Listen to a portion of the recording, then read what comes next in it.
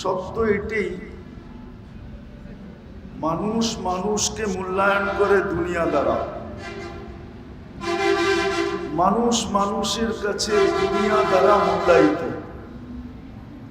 আর এটা চির সত্য। আধিপত্য যার আছে মূল্য তার আছে, ক্ষমতা যার আছে মূল্য তার আছে, টাকা পয়সা যার আছে মূল্য তার আছে।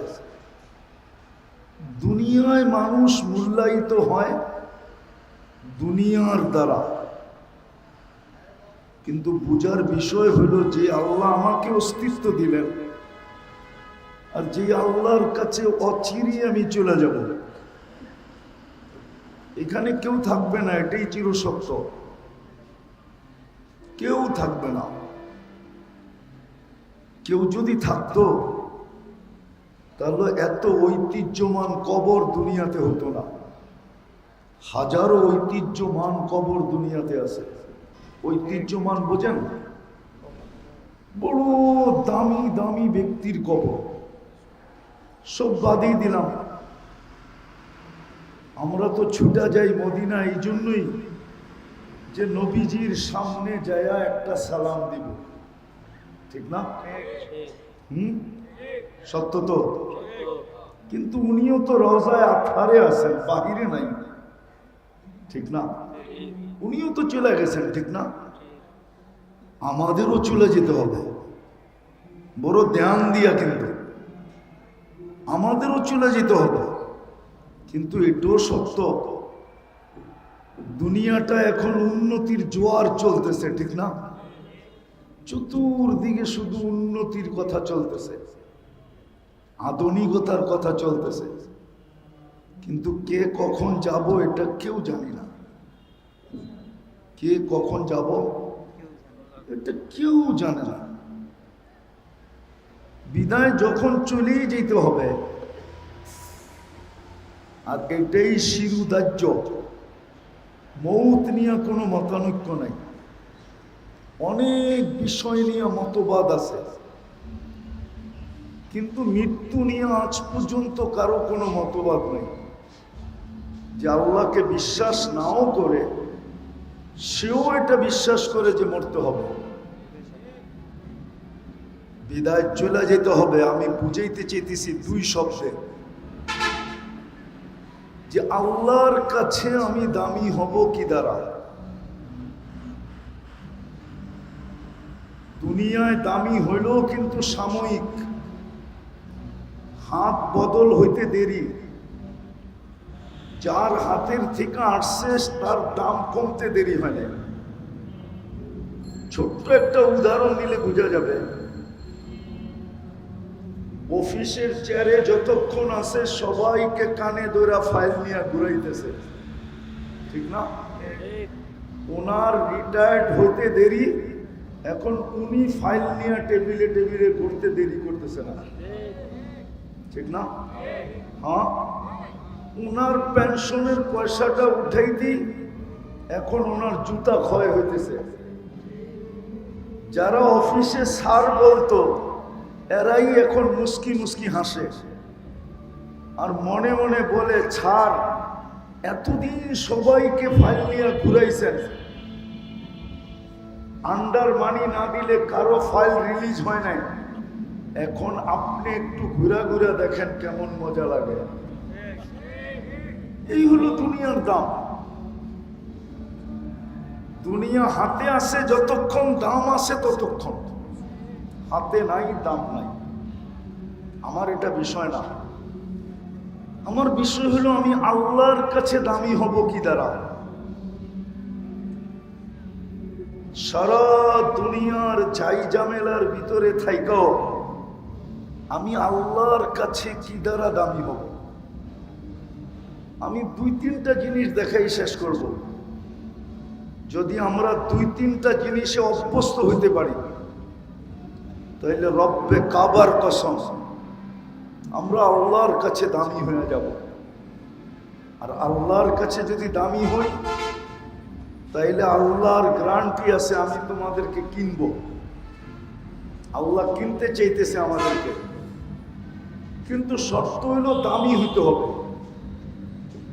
বেদামি হইলে আমি কিনবো না, আর মানুষ বেদামি জিনিস কিনেও না, যেটা দামি ওইটাই কিনে, ঠিক না? সত্য তো? আল্লাহ বলতেছে আমি কিনবো তোমাদেরকে, ইন্নাল্লাহ হাশতারা, আমি কিনবো, কিন্তু দামি বানাও। আল্লাহ কি দিয়া কিনবেন? আল্লাহ বলে আমি জান্নাতের বিনিময়ে কিনবো। কিসের? জান্নাতের সবচেয়ে মজা কি জানেন? জান্নাতের সবচেয়ে মজা হলো দুটা। কয়টা? যা চাবে তা মিলবে, যা মনে চাবে তাই মিলবে। দ্বিতীয় মজা হলো যেটাই চোখে লাগবে ওটাই মিলবে। সারা দিনে কিন্তু আমাদের চোখে অনেক জিনিস লাগে, ঠিক না? কিন্তু অনেক সময় জ্যাক খালি, এই জন্য নেওয়া যায় না, ঠিক না? সত্য তো? আবার অনেক সময় বেশি তাকাইলে আবার গালিও দেয়, জুতাও দেখায়, ঠিক না? মনে হয় বোঝেন না, যুবকরা বলছে বেশি তাকাইলে কি দেখায়? জুতা দেখায়। তো যেটাই চোখে লাগবে ওটাই মিলবে। আর চার নিয়ামত দিয়ে দিবে, চারটা নিয়ামত দিবে। দুনিয়াতে অনেক সময় পয়সা থাকে কিন্তু বয়স থাকে না, পয়সা আছে কিন্তু কি নাই, দাম আছে নাকি? বয়স আছে কিন্তু সুস্থতা নাই, দাম আছে? কি বলেন? কি আপনি মজায় আছেন না যে হাসপাতালে আছে ও মজায় আছে? কতটুক মজা? আরে বলেন না। বুঝানো যাবে না যে আপনি কতটুক মজায় আছেন, কেননা সুস্থ, ঠিক না? আর ও হাসপাতালে পড়ে আছে, ঠিক না? টাকা আছে, সুস্থতা নাই। তৃতীয়, বয়সও জীবনও আছে, টাকাও আছে, কিন্তু যৌবন নাই। কি মজা আছে? কেন? টাকা দিলে চলবে না? যৌবনের কাজ টাকা দিয়া চলবে? চলবে, বাইন্ধেও রাখা যাবে না, ঠিক না? তিনটাই আছে, হায়াতও আছে, সুস্থতাও আছে, যৌবনও আছে, কিন্তু পাত্তি নাই, দাম আছে। আল্লাহ চার নিয়ামত চিরদিন দিয়া দুই মজা দিবে। আনতাহইয়াও ফালা তামুতু আবাদা, চিরদিন জীবন, মৌত কোনোদিন আসবে না। আনতাসিহু ফালা তামরাজু আবাদা, চিরদিন সুস্থ, অসুস্থ কোনোদিন হবে না। আনতাসিহু ফালা তামরাজু আবাদা, সুস্থ চিরদিন, কোনোদিন অসুস্থ হবে না। আনতাশিবু ফালা তাহরামু আবাদা, চিরদিন যৌবন মিলবে, কোনোদিন বৃদ্ধ হবে না। আনতানামু ফালা তাইয়াসু আবাদা, চিরদিন নিয়ামত বাড়বে, কোনোদিন কমবে না। এই চার নিয়ামত আর দুই মজা দিয়া আল্লাহ জান্নাত দিবে। বাকি জান্নাত খোলার সময় এখন নাই, জান্নাত খুলতে হলে তো অনেক সময় লাগবে। কিন্তু এটা জেনে রাখেন, যাকে দিবে সবচেয়ে ছোট দিলেও এই দুনিয়ার 10 গুণ বড় দিবে।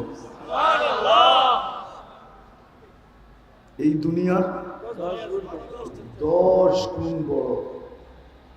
ছেলের সন্তান আছে না নাই? দোলনা সোলনা কিনছেন কোনোদিন?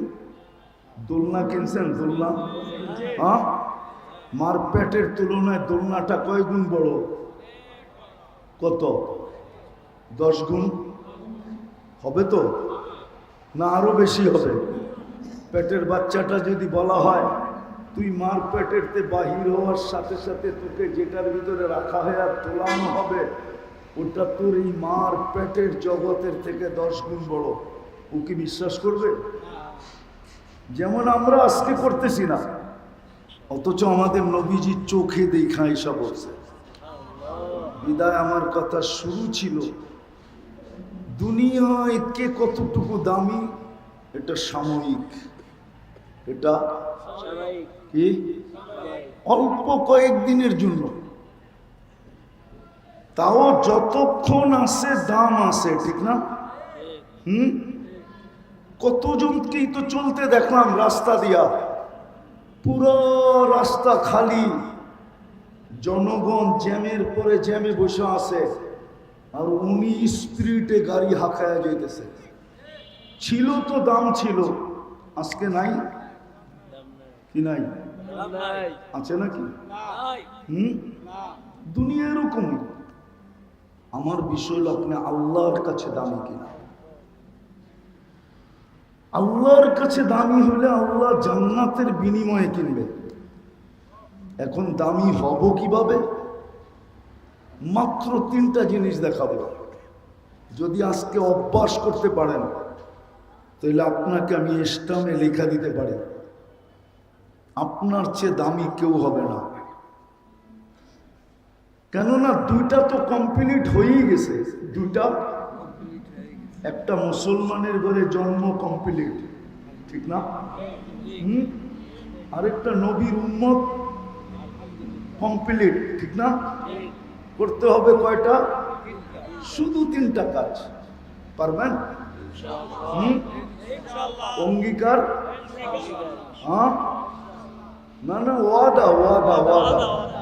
পারবেন? হ্যাঁ, আজকের থেকে ডেলি 2 বেলা তওবা করব। ঘুমানোর সময় এই বইলা তওবা করব, কেননা এই এলাকায় পাওয়া যাবে। আমার আওয়াজ ওই ঘরে পৌঁছতেছে, হয়তো ওই নারীর চোখ দিয়েও হয়তো আওয়াজ পৌঁছলে পানি চলে আসবে। সে এখনো আঁচল দিয়া পানি মুছে যে লোকটা রাত্রে ঘুমাইলো আর উঠল না। মনে হয় বোঝেন না, স্বামীটা রাত্রে ঘুমাইলো আর উঠল না। মা বাবাও অনেক আছে চোখের পানি ঝরায় যে ছেলেটা ঘুমাইলো আর উঠল না। ভাইও পাওয়া যাবে যে ভাইটা ঘুমাইলো আর উঠল না। বোনও পাওয়া যাবে যে ভাইটা ঘুমাইলো আর উঠল না। এই জন্য প্রতিদিন ঘুমানোর আগে বিছনায় বসা শুধু হাত 2টা উঠায়া বলেন যে আল্লাহ তওবা করলাম। শুধু এতটুকু বলেন, আল্লাহ তওবা করে ঘুমাইলাম। এই শব্দটা কঠিন, বলা যাবে না? যাবে না? যাবে। তওবা করে ঘুমান। এই উম্মতের জন্য এই ফ্যাসিলিটি, সবার জন্য সব ফ্যাসিলিটি হয় না। হয় না কি? দেখেন না, গাড়িতে কিছু স্টিকার থাকে কি, আপনি এইখানেই তো সব প্রেসগুলা কোন জায়গায়? এই এলাকায় না? না এলাকায় না? হ্যাঁ, আপনিও একটা স্টিকার ছাপায়া গাড়িতে লাগান, আপনার জন্য ফ্যাসিলিটি হবে। বরং উল্টা ধরা পড়লে কি কি শুধু জরিমানা? হ্যাঁ, আরে জেলও হবে। জেল হইতে পারে। যত মানুষ স্টিকার দিয়া প্রতারণা করছে, সব প্রতারণার দায় দায়িত্ব আপনার মাথার উপরে চাপবে। যে পাইছি এতদিন পরে। মাঝে মাঝে দেখেন না, কোর্ট তো বেশি দূরে না, ঠিক না? বেশি দূরে। মাঝে মাঝে সরকারি স্টাম্প আছে না, স্টাম্প দলিল লেখার, মাঝে মাঝে কিন্তু নকলও বিক্রি হয়, ঠিক না? ধরতে পারলে। তো আপনাকে আমাকে ফ্যাসিলিটি দিছেন আল্লাহ, এই উম্মতের জন্য ফ্যাসিলিটি। একটা উদাহরণ দিয়ে বুঝাইতেছি। আদম আলাইহিস সালাম বলতেছিল আমি একটা ভুল করলাম, 350 বছর কাদাইছেন, তারপরে মাফ করছেন। উম্মতে মুহাম্মদী সারা দিন গুনাহ করে, আর এখন আল্লাহ ডাইকা ডাকতেছেন, ডাইকা ডাইকা মাফ করতেছেন। যে আল্লাহ ডাইকা ডাইকা মাফ করেন, আমি যদি স্বইচ্ছায় মাপ চাই তাহলে কেমন মাপ করবেন?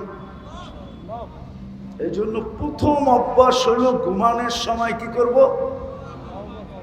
পারবেন সবাই?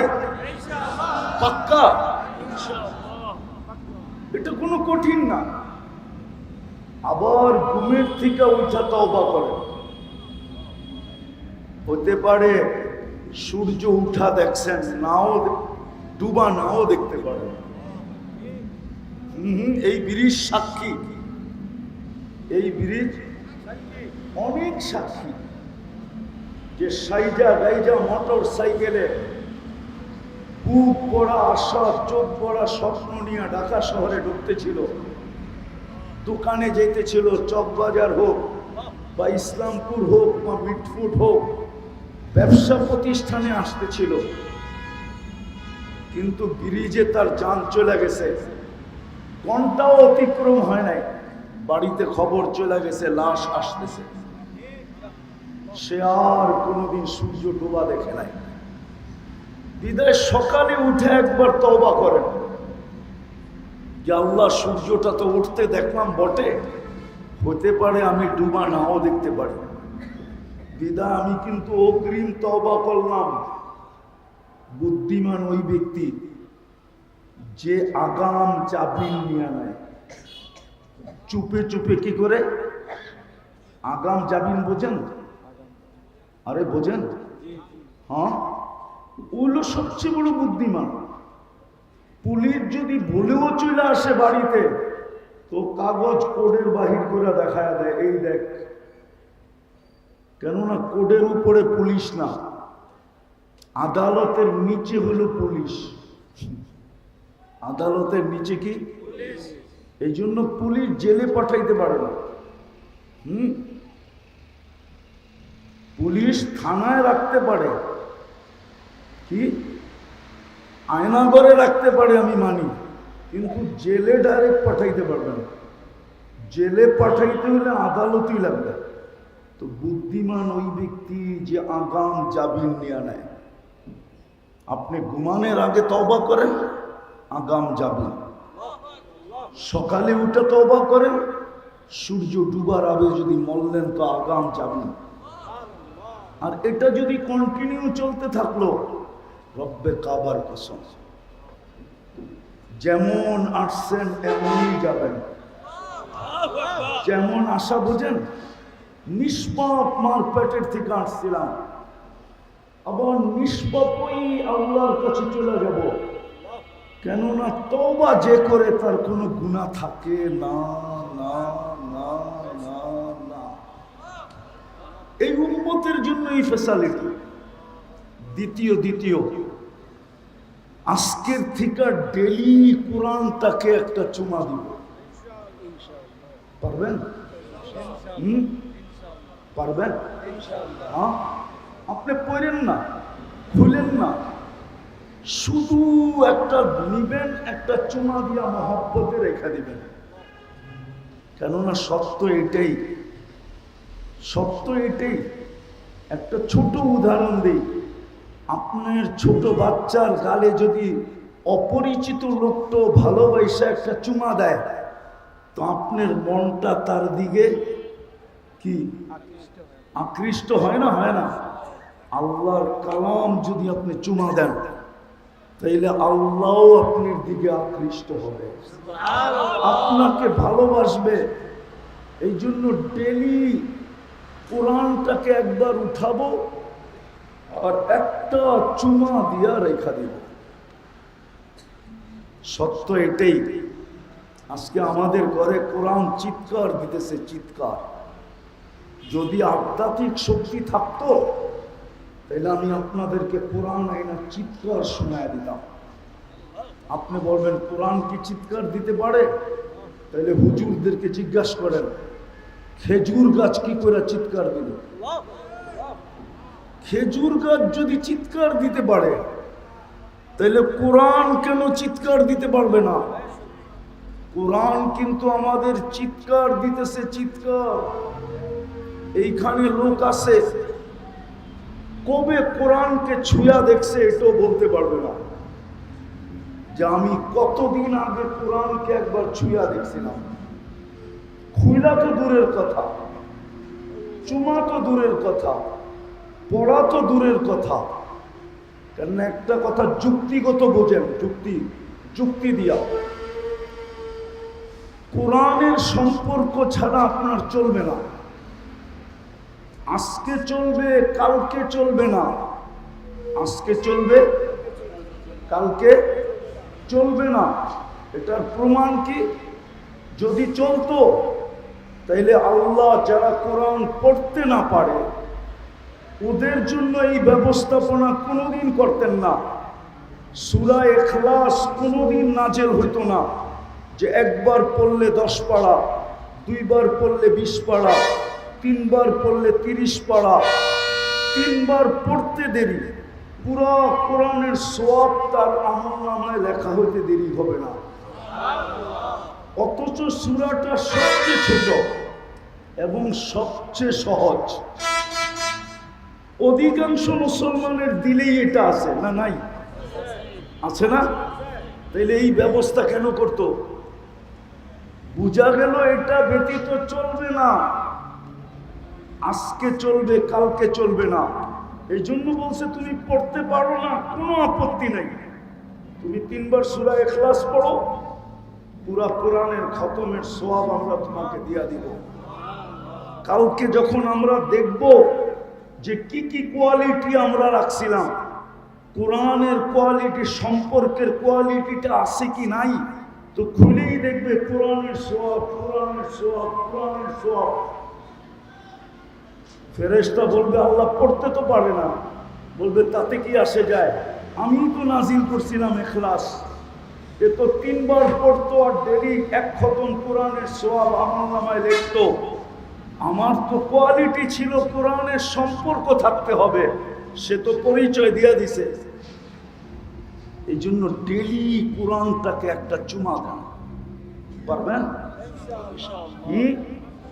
কসম খোদার আপনি দামি হয়ে যাবেন।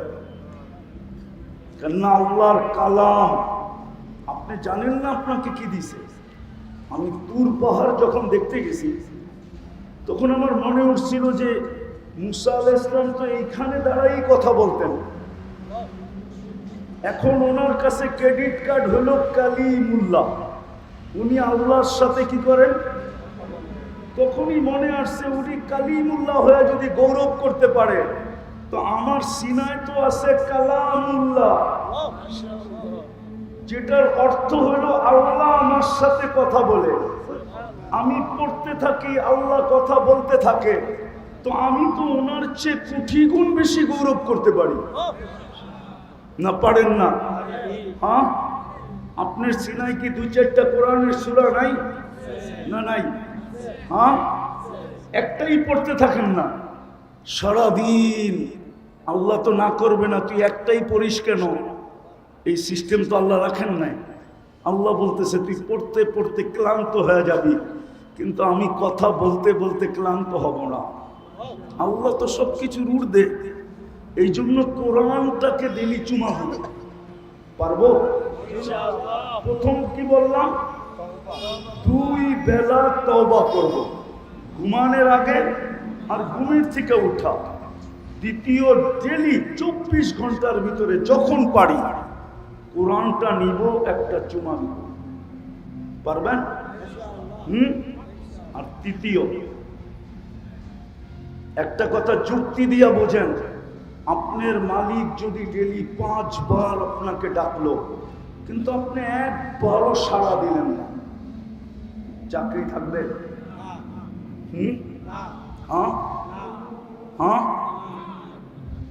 আপনি যার অধীন, যদি সে ডেলি 5 বার আপনাকে কল করে বললো কাম হিয়ার, এইখানে আয়, আর আপনি 500 বারই ডিনাই করলেন। বলেন আপনার দলীয় পথ থাকবে? তিনি তো 5 বার আল্লাহ ডাকে। কে ডাকে? কোন আল্লাহ? যে 24 ঘন্টা আমার উপরে বাজেট ব্যয় করতেছে। বাজেট বোঝেন? আপনি বলেন আমি কাম না করলে সংসার চলবে না, সংসারে খরচ করেন আপনি, আল্লাহ তো আপনার উপরে খরচ করতেছে। আমি 2টা উদাহরণ দেখাই। খাওয়াটা মুখের কাছে নিতে দেরি, নাক ঘ্রাণ সুইরা এই কথা বলতে দেরি করে না যে এটা মুখের ভিতরে যাবে, ঠিক না? নাকের কাজ কি? সুইরা কি বলা? যে এটা ভিতরে, মুখের ভিতরে যাবে, ঠিক না? আচ্ছা, এই গ্রামটাই যদি মিটফোর্ডে হাসপাতালে চেক করতে হতো, তাহলে বলেন ডেলি আপনাকে কয় টাকা দিতে হতো? কমসে কম 3 বেলা তো করতেন, নাস্তা, দুপুর, রাত্র, ঠিক না? চা বিস্কিট বাদই দিলাম, কিন্তু নাক তো ডেলি 100বার চেক করে আপনাকে দিতেছে। যদি এটাই প্রযুক্তি দিয়ে করতে হতো, বলেন দিন মজদুর যারা আপনার কামাই, আমাদের কামাই কি যথেষ্ট হতো? বড় বড় শিল্পপতি নাইলে করায় নিত, আমরা কি করতাম? এটা কি বাজেট না? দ্বিতীয়, নাক সিগন্যাল দিল মুখে যাবে, জিহ্বা স্বাদ টেস্ট করে বলল এখন পেটে যাবে। যদি এই স্বাদটাই প্রযুক্তি দিয়ে যদি টেস্ট করতে হতো যে খাওয়ার স্বাদটা ঠিক আছে কিনা, বলেন ডেলি কয় টাকা দিতে হতো? বলেন ডেলি যদি অক্সিজেন কিনা ব্যবহার করতে হতো? 550 লিটার তো আপনি নেন। পানির দামেও যদি হইতো, হাফ লিটার পানি 20 টাকা, ঠিক না? আচ্ছা মানলাম 1 লিটারই যদি 20 টাকা হতো, তাহলে 550 লিটারের দাম হইতো কত? হিসাব করেন। আরে বলেন না, ক্যালকুলেটর তো সবার জেবে আছে, এখনই মাইরা দেখেন। 550-কে 20 দিয়ে গুণ দেন। পানির দাম ধরলাম, পানির দাম কত? দুর্মিয়া 11,055, 11,000 না 5,500, 5,000, 11,000, ঠিক না? 11,000 টাকা ডেলি আপনাকে বিল দিতে হতো শুধু অক্সিজেন, যদি পানির দামে বিক্রি হতো। আর যদি মডার্ন হাসপাতালের দামে বিক্রি হতো, 2020-এ আধা ঘন্টা অক্সিজেন দিয়া 84,000 টাকা বিল করছে। যদি মডার্ন হাসপাতালের দামে বিল হইতো, কি এটা কি বাজেট না? কে বাজেট ব্যয় করতেছে? হ্যাঁ, যদি ডেলি শ্বাসের উপরে 1 পয়সা বিল ধরতেন, 1600 টাকা বিল দিতে হতো। আপনি 1,60,000 বার শ্বাস প্রশ্বাস নেন।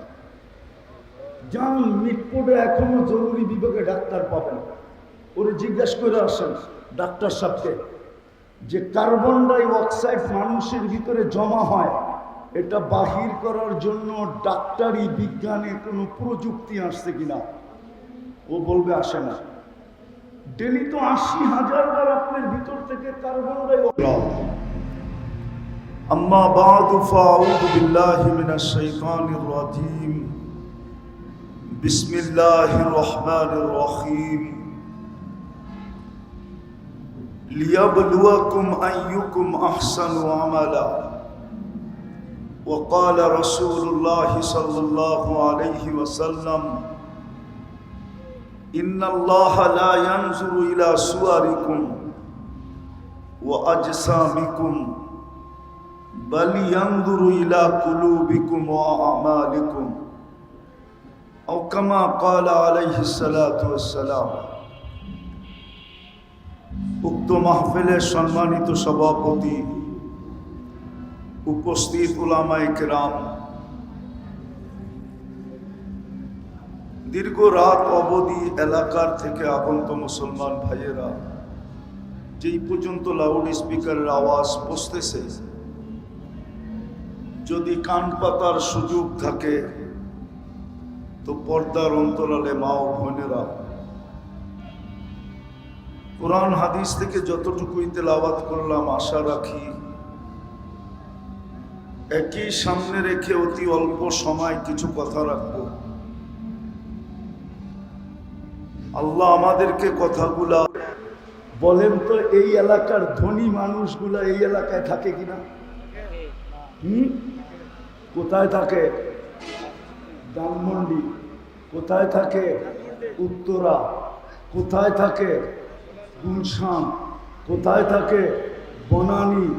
কোথায় থাকে? বারিদারা। কোথায় থাকে? বসুন্ধরা। কোথায় থাকে? সিকিউরিটি সম্পূর্ণ বড় বড় বিল্ডিং, ঠিক না? হ্যাঁ, আরো যদি পয়সা হয় কোথায় যায়? আমেরিকা, কানাডা, অস্ট্রেলিয়া, ঠিক না? হ্যাঁ, আল্লাহ কি গরিব? হ্যাঁ, তো ঘরটাই নদীর পারে দিলেন কেন? ঘরটা নদীর পারে দিলেন কেন?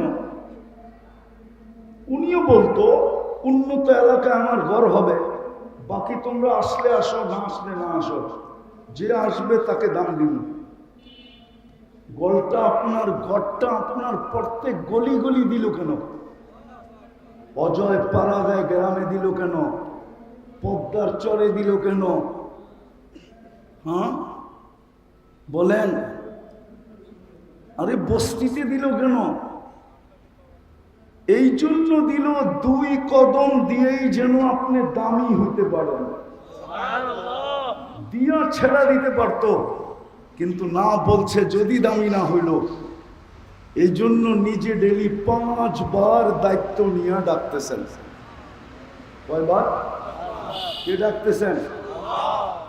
কে ডাকতেছেন? আরে শুধু আল্লাহ ডাকলে তো মনকে বুঝাইতে পারতাম, শুধু আল্লাহ তো ডাকে না। একটা ছোট পদের হইয়া যদি এত দাপট দেখাইতে পারে, মনে হয় দাপট আপনারা দেখেন না এই জীবনে। সামান্য একটা পদের হইয়া কি যেই দাপট, ঠিক না? কি আরে পদ বাদ দেন, শুধু পদালার তরকারি বাইরা দিত, তার দাপটই তো অন্যরকম, ঠিক না? হ্যাঁ, আল্লাহ তো 99 পদের মালিক, একটা তো না। আল্লাহ তো রহমান, আল্লাহ তো রহিম, আল্লাহ তো মালিক, আল্লাহ তো কুদ্দুস, আল্লাহ তো সালাম, আল্লাহ তো মুমিন, আল্লাহ তো মুহাইমিন, আল্লাহ তো আজিজ, আল্লাহ তো জব্বার, আল্লাহ তো মুতাকাব্বিরুল খালিকুল বারিউল মুসাফফিরুল গফফারুল কখারুল ওয়াহাবুর রাজ্জাকুল ফাত্তাহুল আলিমুল কাবিদুল বাসিতুল খাফিদুর রাফিউল মুইসুল মুদিল্লুস সামিউল বাসিরুল হাকামুল আদলুল লতীফুল খবীরুল হালিমুল আযীমুল গফুরুশ শাকুরুল আলিকুল কবীরুল হাফিজুল মুকিতুল হাসিবুল জলিলুল করিমুল রকিবুল মুজিবুল ওয়াসি আল হাকিমুল ওয়াদুদুল মজিদুল বাঈসুশ শাহীদুল হকুল ওয়াকিলুল কবিকুল মকিলুল ওয়ালিদুল হামিদুল মুসি আল মুবদি আল মুঈদ আল মুখি আল মুমুত আল হাইয়্যু আল কাইয়্যুম আল ওয়াজিদ আল মাজিদ আল ওয়াহিদ আল আহাদ আল সামাদ আল কাদির আল মুক্তাদির আল মুকদ্দম আল মুআক্খার আল আউয়াল ওয়াল আখির আল যাহির ওয়াল বাতিন الوالي المتوالي البر التواب المنتقم العفو الرؤوف مالك الملك ذا الجلال والإكرام والمقسط والجامي والغني والمغني المانع الضار النافع النور الهادي البديع والباقي الوارث والرشيد الصبور الله তো 99 পদের মালিক। আল্লাহু আকবার। সে তো আপনাকে ডাকে। কোটি কোটি টাকার বাজেট যে আপনার উপরে এভরিডে ব্যয় করতেছে, উনি তো আপনাকে ডাকে, দামি বানানোর জন্য তো ডাকে। এই জন্যই তো আল্লাহ বলে দিয়েছেন শেষ কথা, মসজিদে পা দিতে দেরি, আমি সম্মানের মালাটা পরায় দিতে দেরি করি না। আমি হাদিস দিতেছি ওয়াজাবা আলাল মাজুর আইয়ুকরিমা সায়ের, যেই আমার মসজিদে পা দিবে আমি ওকে সম্মানের মালা পরায় দেব। এই জন্য তৃতীয় হলো আজ থেকে মসজিদের সাথে সম্পর্ক জড়ব ইনশাআল্লাহ। আল্লাহ আমাদেরকে এই তিনটা জিনিসের উপরে মৌত পর্যন্ত টিকা থাকার তৌফিক দান করেন। ওমা আলাইনা ইল্লাল বালাগ। আল্লাহুম্মা সাল্লি ওয়া সাল্লিম ওয়া বারিক আলা হাবিবিকা মুহাম্মদ কামা আনতা তুহিব্বু ওয়া তারদা লাকাল হামদ কামা ইয়ানবাগি লিজালালি ওয়াজহিক ওয়া আযীমি সুলতানি। আল্লাহ বলার পর্ব ছিল শেষ, শোনার পর্ব ছিল। আপনি শ্বাস ছাড়েন না, কার্বন ডাই পূর্ণ মনোযোগ দিয়ে শুনুন। দ্বিতীয় আরেকটা হুকুম আছে আনসিতু, পরিবেশটাকে নির্জুম বানায় শুনুন। তো নির্জুমতা তো সম্ভব নয়, রোডের উপরের আয়োজন, কিন্তু মনোযোগটা সম্ভব। নির্জুমতা তো সম্ভব না, কিন্তু মনোযোগটা সম্ভব। বিদায় যতটুকুই শুনবো, যতক্ষণই কথা হবে, খুব মনোযোগ দিয়ে শুনবো।